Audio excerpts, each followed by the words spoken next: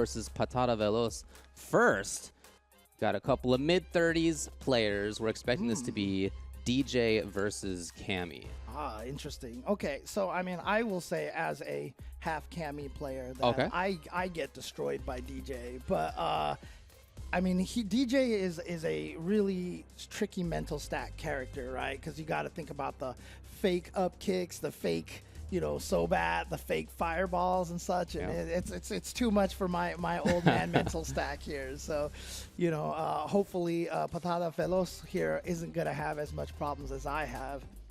Celfcool, his fact about himself, we always ask players, tell us something about yourself. He says, I'm a huge fan of the series since Street Fighter 2. Nice. And for Patada Veloz, it's please see me wearing headphones. People see me wearing headphones almost all the time, and he's made good in his picture right there. He also says it'll be hard dealing with this DeeJay DR. Oh, so okay. He may have similar opinions. Celfcool's extra quote is just factual, I guess. He says, I really want to win so I can make it to top 8 winners. That is how it works. Yeah, that's exactly right. All right. Okay, there you go. They both got simple goals, one step at a time. That's how you do it. You know what I want to do is the thing that will happen if I do the thing. Absolutely. They both made 9th place last time. Now we're talking about Street Fighter 5. Oh, okay. Right. So different game. Things are different. Players are different. Maybe this game fits you better. Maybe a character fits you better. So it's not going to be the same kind of results. But they both did make 9th place last year. Okay. And Patada Veloz, in doing it, beat Frozen, who got 2nd place last time. So he had a good run. Okay. All right. So let's see how this all translates here. Obviously, a very new game, very different game too, as well. And and again, for those of us who have been playing Street Fighter forever, that's like one of our favorite joys of Street Fighter is that they end up being a completely different thing, and we get to experience something new. You know. Absolutely right. And so here we go. And yeah, obviously DeeJay, one of his biggest strengths is going to be that drive rush. There it is, right there. I was about to say, if it didn't happen within the first 3 seconds, then you know something is going on. I love the meta of picking the green pants, because then he turns green and you can't see it as well. Come on, man. That's true. Come on. Oh man. But obviously Cammy is one of those characters that has basically all the tools you. Wow! I can't believe he made it under with the double dash there. Dang, that was brave, and it worked out. But she's a character that has basically all the tools that you need to win, and it's really about how you're going to utilize those tools. Great footsies. Here's an example. Great pressure. She gets Oki on all the stuff. She has the air option if she wants. There it is. Yep, but getting shut down. Wow! And then, you know what? They gave her back her Street Fighter 4 jumping heavy kick, which is one of the best jumping heavy kicks in the game. On Yes. Oh, that's still going to do it. Spent bar just to make sure. Wow, I thought that was going to be the end right there, but nice recovery right there from Patada Veloz. She's got that huge hurt box underneath her when she does dive kick. Yeah, I've seen it lose to sweeps before. Yeah, I've seen clips, yeah. Very nice confirm. Scooting forward. Oh no, the walk back. You got to watch out for the players that like to walk backwards. And Celfcool is just going to go right into the level 3 because he's almost burned out. So he's like, you know what? Time to build a little bit of that drive gauge back here. Yeah, really well targeted. Try to go for the built-in shimmy on the Dust Pool. Oh, and he does get the burnout. Takes a risk, get worked out. In big trouble though. Level 3's almost there. If he could just build a little bit of bar, it's not gonna happen.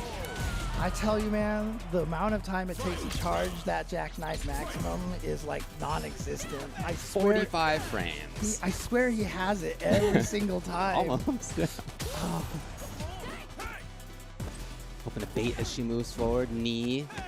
This is the character who's got a ton of different stuff.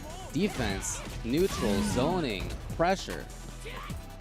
Unfortunately, dashes right into that jumping heavy kick again. And again, the reason why that jumping heavy kick is so significant because it hits at ranges where, you know, now if she dive kicks and you try to anti-air it, you're just going to miss. So she can bait out the anti-airs with the dive kick. Having that jumping heavy kick reach so far is so powerful. Nothing out of it though. Celfcool slowly trying to move in. Oh, he fakes it only.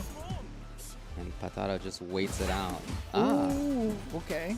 kind of a zero-sum engagement right there. Woo! That's what you're hoping for as DeeJay, hoping to convince them to jump.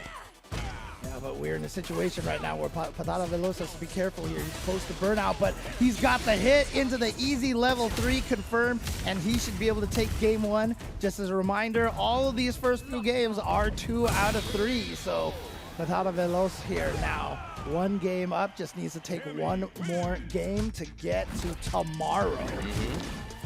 And let me check the fact here. Yes, if you make it into the next round, you've made it into the top 8 winners. and if you do, then it is 3 out of 5. Yes. So let's see if Celfcool here can find it. Oh no, he's just getting rushed down here in the corner here. Yeah. Oh no, didn't get anything off of that standing medium punch. Might have been close enough with the standing light kick into drill. We're not seeing zoning at all. This is pressure. He hadn't gone for the overhead before. He's there now. I love it. No. He called out exactly right. This change of pace and strategy into maybe the kill. Yeah, good work. It really paid off because previously he was trying to anti-air, he was trying to air there. It wasn't really working out. Turn it into offense instead and make her defense show up. Yeah, and then once DeeJay gets that clean hit in the corner, my God, he just, I mean, he didn't even spend any super meter at all, and he just drained like almost half of her life. Some of the most damage in the game. Oh, just a walk out of the corner there. Super brave push by Patada Veloz. Now here we go. Now he has the corner. That's the reward that he's gotten again, walking up. One of the hardest things to do in footsies is to be brave enough to walk in those situations like that. Really walked far, actually, but gotta make it count now. Taking the grab is the classic approach for Celfcool, and he backs off. Yeah, it was a back throw, unfortunately, so we didn't get anything off of that. And Celfcool here now with a pretty solid game number 2. So we're at 1-1 here, because that was a pretty fast game 2 compared to game 1. It wasn't just about the pressure, too. At the end there, he called out that there was going to be the dive kick, and he had the neutral response. Link.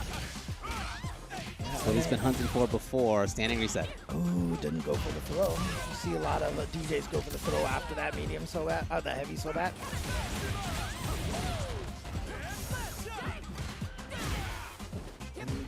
It's one of the equalizers for Cammy is that standing heavy kick, man. That button is so good.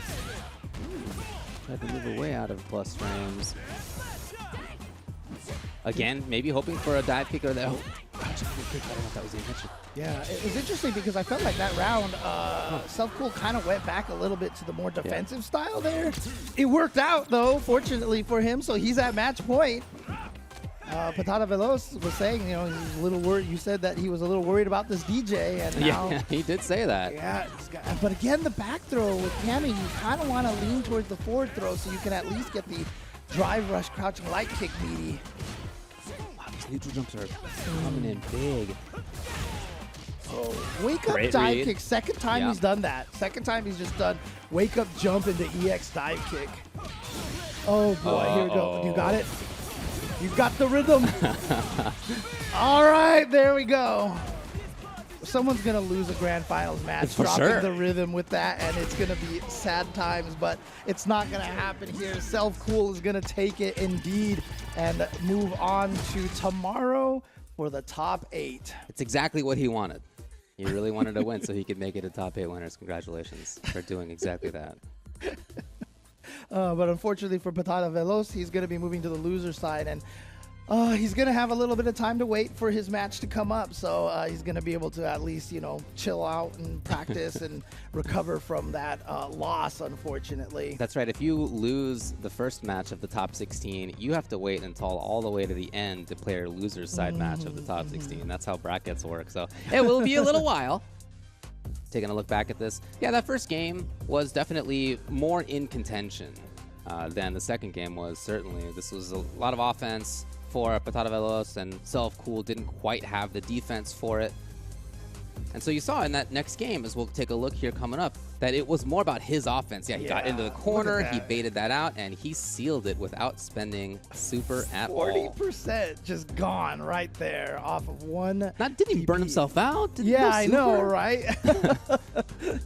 Yeah, and then the throw here to seal the deal. And as you can see now, Celfcool is going to be moving on to top A. He can, you know, chill and relax a little bit now because he's not playing until tomorrow. Gets to say, I mean, obviously he's going to be very invested in watching this next match to find out who wins, so he can practice up against that character in particular. That is the idea, and we're going to be moving on to that. So it will be Arachne Vermi CL versus HDG Young Ho.